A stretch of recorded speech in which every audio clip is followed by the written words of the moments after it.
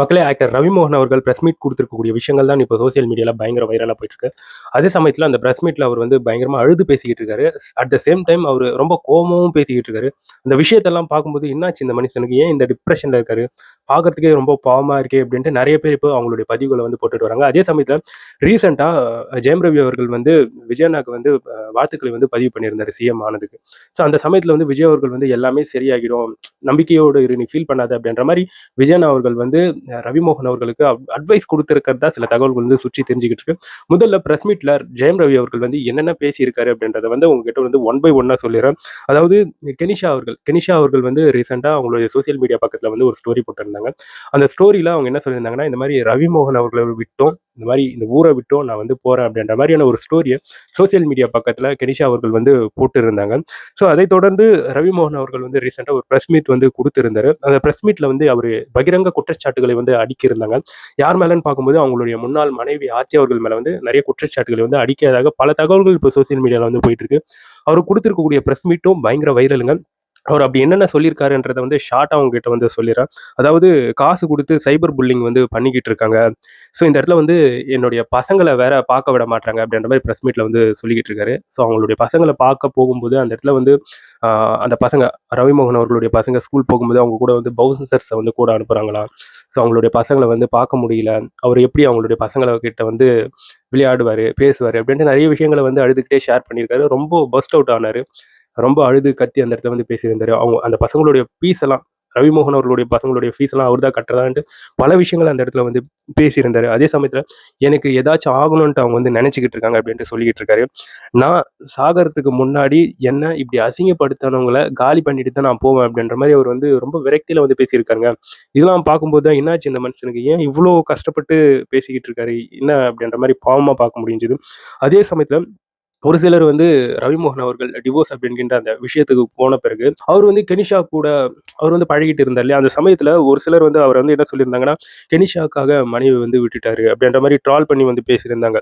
So அதற்கு வந்து ஒரு பதிலடியை வந்து அவர் வந்து இப்போ ரீசெண்ட் ப்ரெஸ் மீட்ல வந்து சொல்லியிருக்கிறார். அதில் அவர் என்ன பொருட்படுத்தியிருக்காருன்னா, நான் வந்து நடிக்கக்கூடிய வேலையை தான் செஞ்சுக்கிட்டு இருக்கேன். இப்போ வரைக்கும் நிறைய அழகான பெண்கள் கூட நிறைய நிறைய அழகான ஹீரோயின்ஸ் கூட வந்து நான் நடிச்சிருக்கேன்.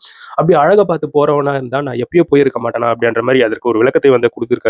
ஸோ இவ்வளோ வருஷமா நான் வந்து சினிமாவில் வந்து நடிச்சிட்டு வரேன். இது வரைக்கும் என் மேலே வந்து ஏதாச்சும் ஒரு பிளாக் மார்க் இருக்குமா, நான் எவ்வளோ அவார்ட்ஸ் வாங்கியிருக்கேன் அப்படின்ட்டு அந்த அவார்ட்ஸ் பற்றியெல்லாம் பேசியிருந்தாரு. ஸோ நிறைய விஷயங்களை பற்றி பேசியிருந்தாரு. இப்போ நான் பேசக்கூடிய நிலைக்கு வந்து தள்ளப்பட்டிருக்கேன், எனக்காக பேசுறதுக்கு யாரும் கிடையாது.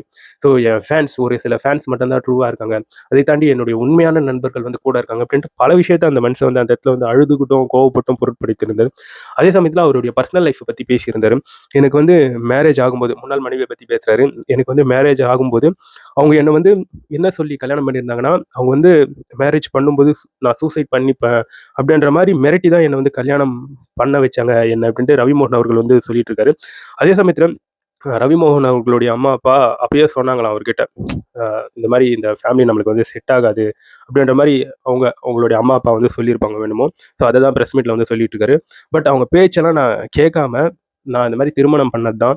ஸோ நான் இவ்வளோ கஷ்டப்படுறேன் அப்படின்ற மாரி அவர் வந்து அவருடைய பர்சனல் லைஃப்ப பத்தி பேசியிருந்தாரு. அதே சமயத்துல அவங்க பண்ண கொடுமைய ஆதாரத்தோட நிரூபிப்பேன் அப்படின்ற மாரியான விஷயங்களை வந்து சொல்லியிருக்காருங்க. ஸோ அதே சமயத்துல எனக்கு எதிரா பிளாக் மேஜிக் பண்ணிக்கிட்டு இருக்காங்க, நான் வந்து ரத்த வாந்தி எடுத்துக்கிட்டு இருக்கேன், நெறைய விஷயங்கள வந்து உடைச்சு பேசியிருக்காரு. அதே சமயத்துல இவ்ளோ செலிபிரிட்டீஸ்க்கு வந்து டிவோர்ஸ் கிடைக்குது. பட் என் விஷயத்துல மட்டும் டிவோர்ஸ் வந்து கிடைக்கவே மாட்டுது. ஸோ பணத்த வச்சு டிவோர்ஸ வந்து கிடைக்காம பண்ணிக்கிட்டு இருக்காங்க அப்படின்ற மாரி ஒரு பகிரங்க குற்றச்சாட்ட வந்து அடுக்கியிருக்காரு. அதே சமயத்துல டிவோர்ஸ் கிடைக்கிற வரைக்கும் நான் வந்து படங்கள்ல வந்து நடிக்க மாட்டேன், என் படமும் எதுவும் வெளிய வராது, என்னால வந்து நடிக்கவே முடியலங்க அப்படின்ட்டு ஒரு ஸ்டேட்மெண்ட் வந்து குடுத்திருக்காரு. அவ்வளோ ஸ்ட்ரெஸ்ஸா, அவ்வளோ கோவமா இருக்காரு அவரு. ஸோ அந்த பிரஸ் மீட்ட வந்து பார்க்கும்போதே தெரியுது. அதே சமயத்துல அந்த ஃபேமிலில 5 டிவோர்ஸ் இதுவரைக்கும் நடந்திருக்கு, அத பார்த்து கூட நான் திருந்தல அப்படின்ற மாரி அவர் வந்து பதிவு பண்ணியிருக்காரு. அதே சமயத்துல இந்த இடத்துல வந்து யார் சரியோ, யார் தப்போ அது வந்து நம்மளுக்கு வந்து தெரியாதுங்க. பட் டிவோர்ஸ் அப்படின்கின்ற ஒரு விஷயத்துக்கு வந்துட்டாங்க. அதை தாண்டியும் ஒரு மனுஷன் வந்து சில ப்ராப்ளம்ஸ், சில விஷயங்களை வந்து ஃபேஸ் பண்ணிட்டு இருக்காரு, கோவமா இருக்காரு அப்படின்னும்போது சம்திங் அவருக்கு ஏதோ ஒண்ணு சரியா நடக்கல. அவருக்கு ஏதோ ஒரு பிரச்சனை இருக்கு அப்படின்ற மாரியான யோசனை தான் இந்த இடத்துல வந்து நெறைய பேருக்கு. நெறைய பேர் வந்து கமெண்ட் செக்ஷன்ல ரவிமோகன் அவர்களுக்காக நெறைய கமெண்ட்ஸ் வந்து பதிவு பண்றாங்க.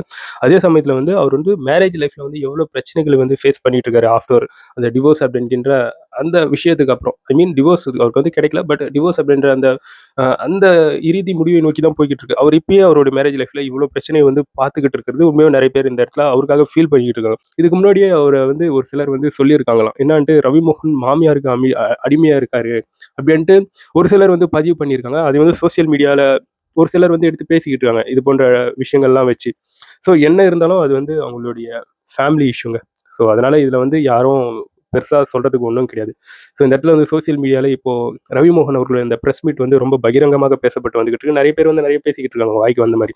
பட் இந்த இடத்துல வந்து ஒரு விஷயத்த வந்து பார்க்கும்போது, நெறைய நடிகர்களுக்கு வந்து ஸ்மூத்தா டிவோர்ஸ் வந்து கிடைச்சுக்கிட்டு இருக்கு. நடிகர் தனுஷ் அவர்களா இருக்கட்டும், அதுக்கப்புறம் ஜிவி பிரகாஷ் அவர்களா இருக்கட்டும். அவங்கலாம் டிவோர்ஸ் வாங்குனாங்க. அவங்களுக்கும் டிவோர்ஸ் என்பது கிடைச்சது. அது வந்து அவங்களுக்கு சுமூகமாவே கிடைச்சிருச்சு. பட் ரவிமோகன் அவர்களுக்கு இவ்ளோ பிரச்சனை வருவதன் காரணம் என்ன?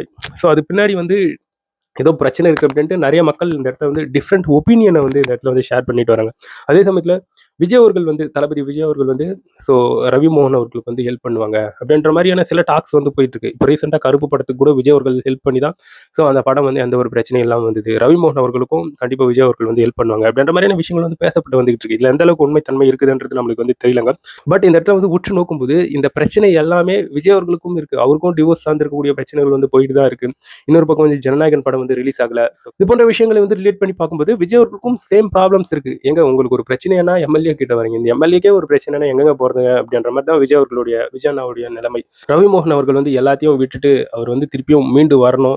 ஸோ அவர் வந்து இந்த மாதிரி கலங்கி அழுவுறது, ஒரு மாதிரி பஸ்ட் அவுட் ஆகுறது, ஸோ இந்த அளவுக்கு டிப்ரெஷன்ல இருக்கிறது, அவர் பேசக்கூடிய விஷயங்கள், இது நடந்துக்கக்கூடிய விஷயங்கள்லாம் பார்க்கும்போது உண்மையாவே ரொம்ப பாவமா இருக்கு, பயமா இருக்கு. ஸோ அந்த மனுஷன் வந்து திருப்பியும் கம்பேக் கொடுக்கணும். ஸோ எந்த ஒரு பிரச்சனையும் இருந்தால் சட்ட ரீதியாக சால்வ் பண்ணணும். ஸோ இந்த இடத்துல வந்து சைபர் புல்லிங் இது போன்ற விஷயங்கள் வந்து பண்ணுறது தவறுன்ட்டு தான் இந்த இடத்துல வந்து பொருட்படுத்த முடியும். அவர் சொல்லியிருக்கக்கூடிய விஷயங்கள் உண்மையாக இருக்கும் பட்சத்தில் தவறு தான். ஸோ பார்ப்போம் என்ன நடக்குதுன்றத. ஸோ மனுஷன் வந்து அந்த அளவுக்கு கஷ்டப்பட்டு பேசியிருக்காரு. அவர் சில விஷயங்களையும் ட்ரை பண்ணியிருப்பதாக சொல்லியிருக்காரு. அந்த விஷயங்கள்லாம் ஷேர் பண்ணக்கூடாது இந்த இடத்துல. பட் அதெல்லாம் கேட்கும்போது உண்மையாகவே மனசுக்கு கஷ்டமா இருக்கு. ஸோ கெனிஷா அவர்கள் எங்கே இருந்தாலும் நல்லா இருக்கணும். ஒரு நல்ல பொண்ணு அனுப்பிச்சிட்டீங்க சைபர் புல்லிங் பண்ணி அப்படின்ட்டு நிறைய விஷயங்கள் அவர் வந்து பேசியிருக்காரு. பட் அவருடைய பர்சனல் லைஃப் அது வந்து இப்போ அவர் பர்ஸ்ட் அவுட் பண்ணி வெளியே பேசியிருக்காரு. அவங்களுடைய சினிமா வாழ்க்கையை பத்தி பேசியிருக்காரு. ஃபேன்ஸை பத்தி பேசியிருக்காரு. ஸோ யாரும் சப்போர்ட் பண்ணல, பெருசா சப்போர்ட் இல்லைன்ற விஷயமும் அவர் பேசக்கூடிய அந்த ஆதங்க குரல்ல வந்து ஒலிக்குது. எனவே நண்பர்களே, இதை பற்றி நீங்க என்ன நினைக்கிறீங்கன்றது என்னோட கமெண்ட் செக்ஷன்ல பதிவு பண்ணுங்க.